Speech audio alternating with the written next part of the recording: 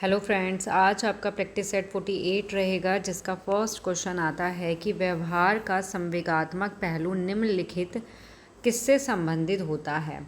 A option सीखने के भावात्मक पक्ष से, बी ऑप्शन संज्ञानात्मक पक्ष से, सी ऑप्शन ए और बी दोनों, और डी ऑप्शन आता है इनमें से कोई नहीं। तो इसका जो करेक्ट आंसर है वो हो जाएगा आपका ए, सीखने के भावात्मक पक्ष से। बहुत से बच्चे क्या करते हैं, यहाँ देखते हैं दोनों कि दो भाई इसके तो दोनों आंसर में भी जो है सही होंगे, लेकिन आपको एक्सप्लेन इसमें पता होना चाहिए कि भावात्मक पक्ष क्यों है, संज्ञानात्मक पक्ष क्यों नहीं है इसका आंसर। तो जो आपके सीखने के भावात्मक पक्ष होते हैं, इसमें आपकी क्या आती हैं, भावनाएं, ठीक है, इसमें आती है आपकी प्रेरणा, इसमें आते हैं आपके मूल्य, ये सभी क्या होते हैं, ये शामिल होते हैं इनमें। और ये सभी जो भावात्मक जो प्रतिक्रियाएं होती हैं, ये दूसरों के साथ क्या है, सामाजिक संबंध को प्रभावित करती हैं आपकी, ठीक है। XYZ आपका कोई भी व्यक्ति है, अगर वो अपनी भावना और मूल्य के आधार पर कैसा व्यवहार करता है, ये भावात्मक पक्ष के अंतर्गत आपका आता है। और यहीं अगर बात करते हैं संज्ञानात्मक पक्ष की, तो संज्ञानात्मक जो पक्ष है वो संवेगात्मक पहलू से संबंधित नहीं होता है। क्यों? क्योंकि जो संवेगात्मक पहलू जो होते हैं वो भावना, मूल्य, दृष्टिकोण से संबंधित हैं, जबकि आपका जो संज्ञानात्मक पक्ष होता है, आपका जो संज्ञानात्मक पक्ष है वो किससे संबंधित है, ज्ञान से। किससे? ज्ञान से, सोच से, तर्क से, इनसे संबंधित है। और जो आपके संवेगात्मक पहलू होते हैं, ये किससे संबंधित होते हैं आपकी, मैंने अभी बताया, भावना से, आपके जो आपके मूल्य होते हैं उनसे, जो दृष्टिकोण होते हैं उनसे, उनमें क्या होते हैं, शामिल होते हैं।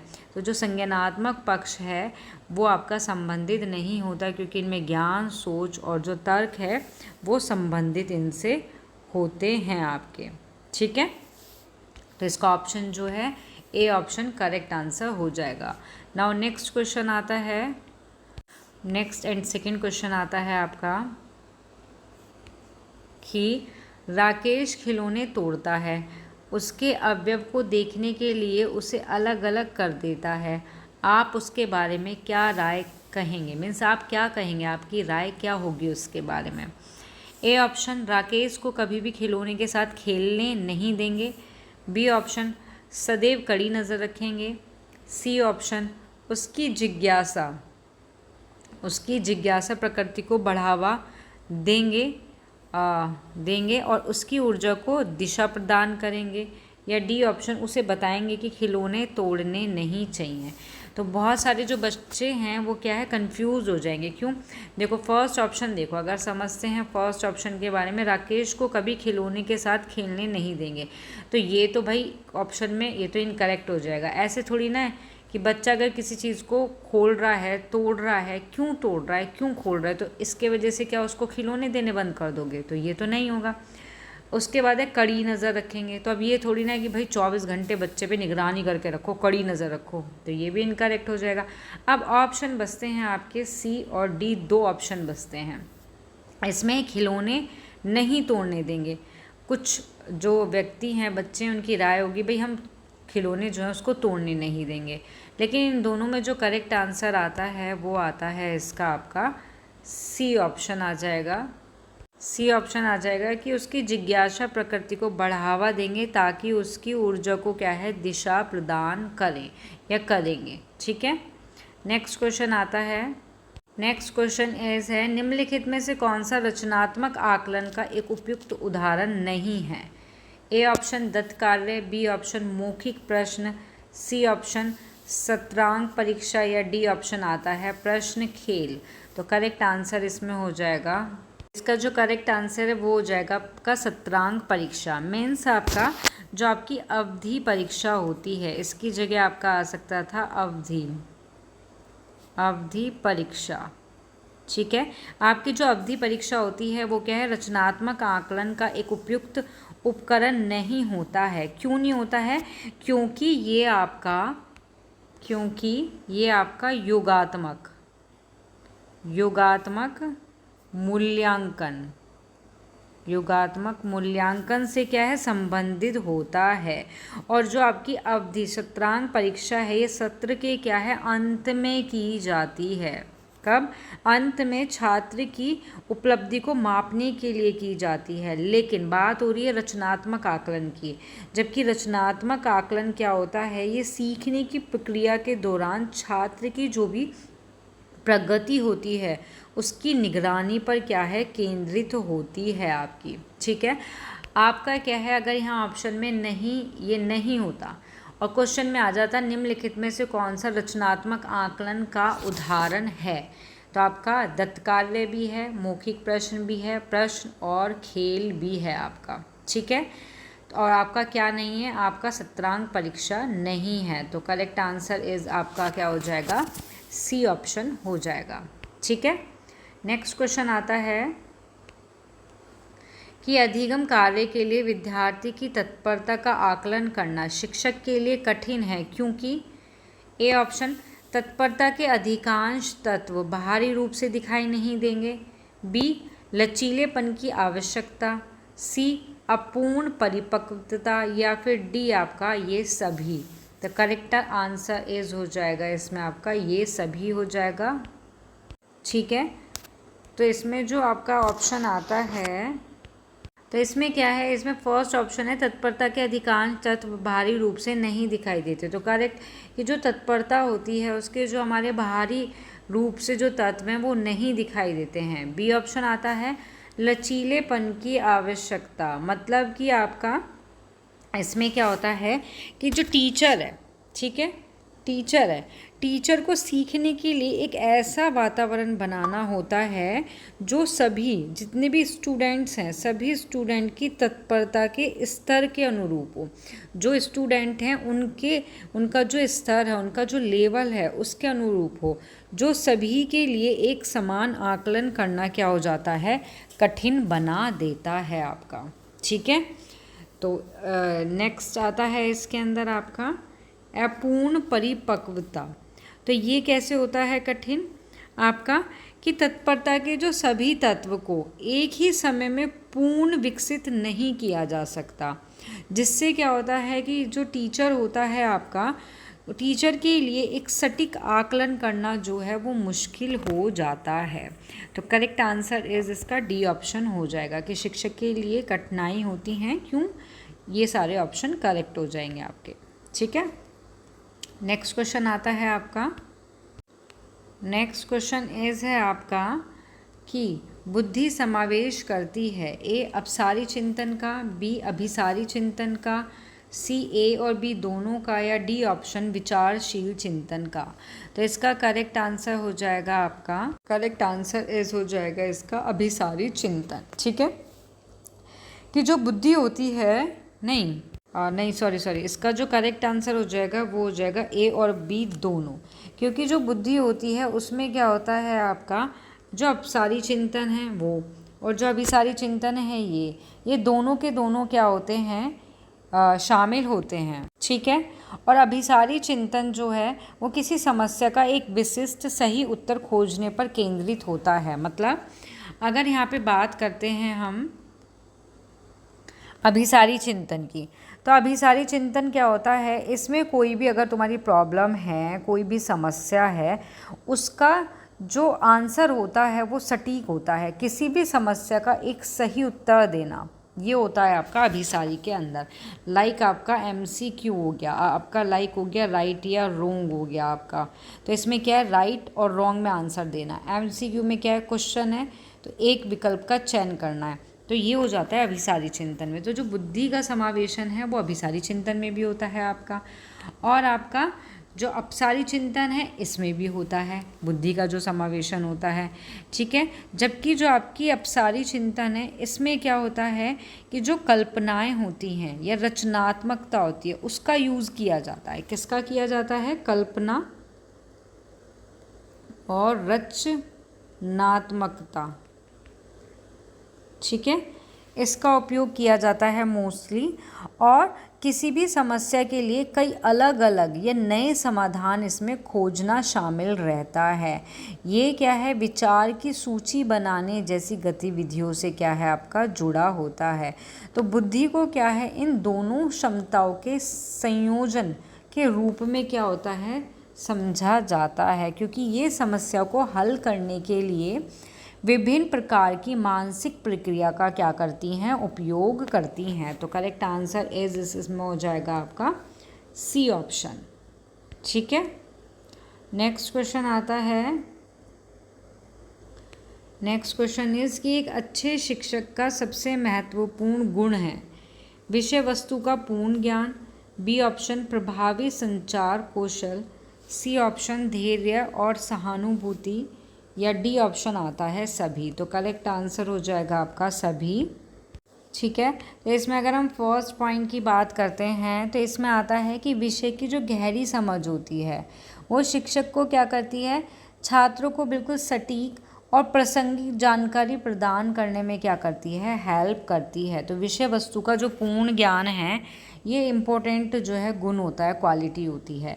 सेकेंड ऑप्शन आता है आपका प्रभावी संचार कौशल, मतलब कि स्पष्ट, आपके क्या स्पष्ट रूप से आप स्पष्ट रूप से क्या है, छात्रों को विचार को समझने में आसानी होती है, जिससे क्या होता है, एक आकर्षक अट्रैक्टिव कक्षा वातावरण क्या है, बनता है।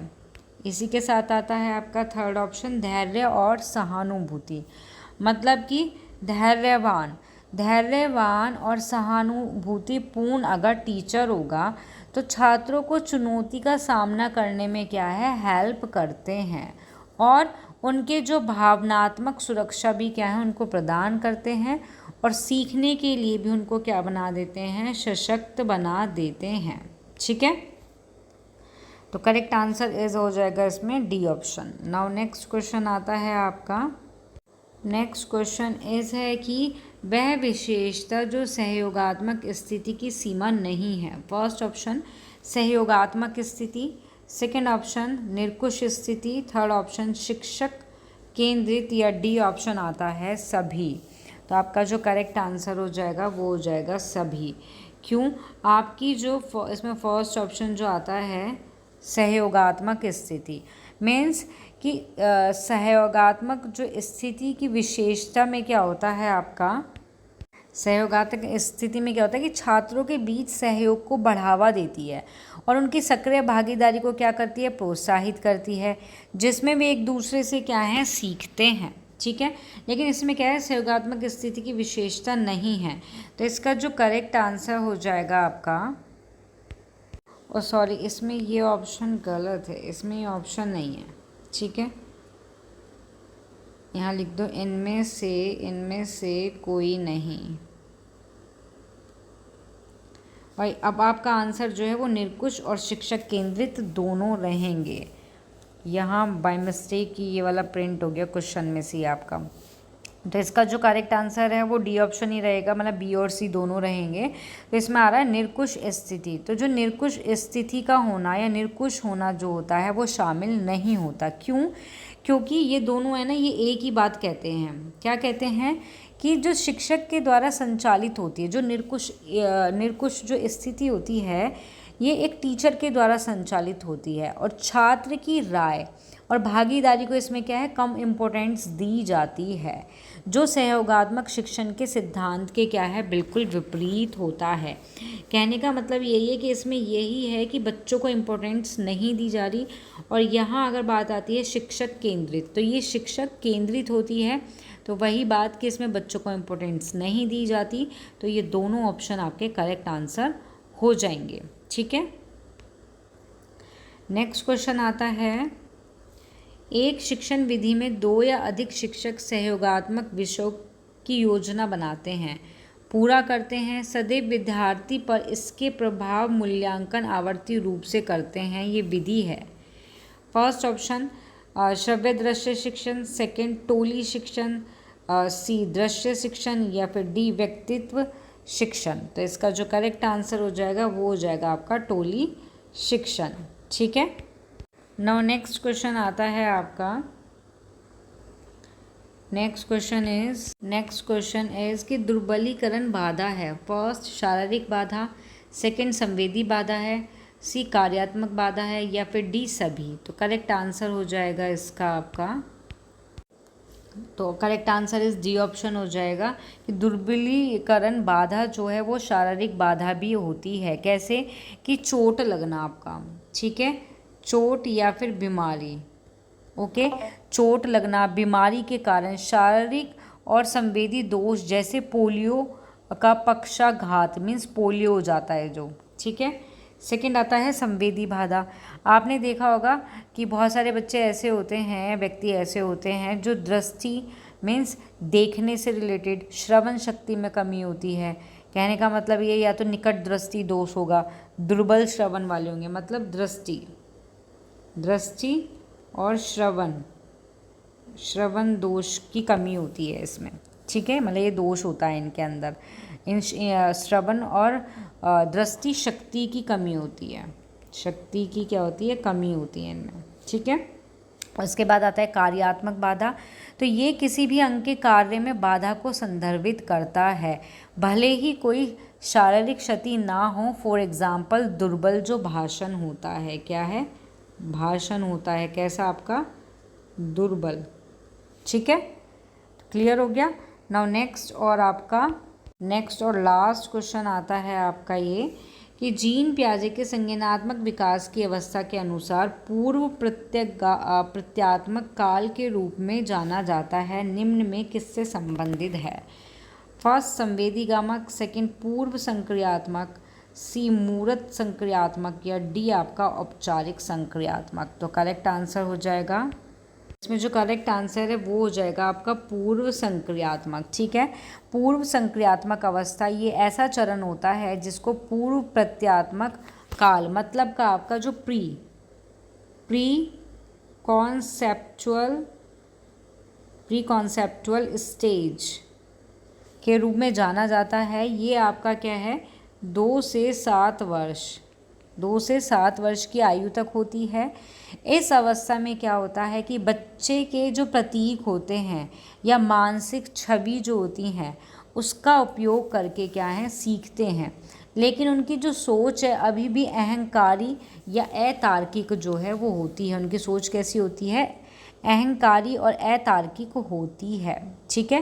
कहने का मतलब ये है कि उनकी जो सोच है अहंकारवाद होती है, मतलब बच्चे अपनी ही दुनिया में जीते रहते हैं, इसमें दूसरों के दृष्टिकोण को समझने में क्या है वो कठिनाई महसूस करते हैं, ठीक है।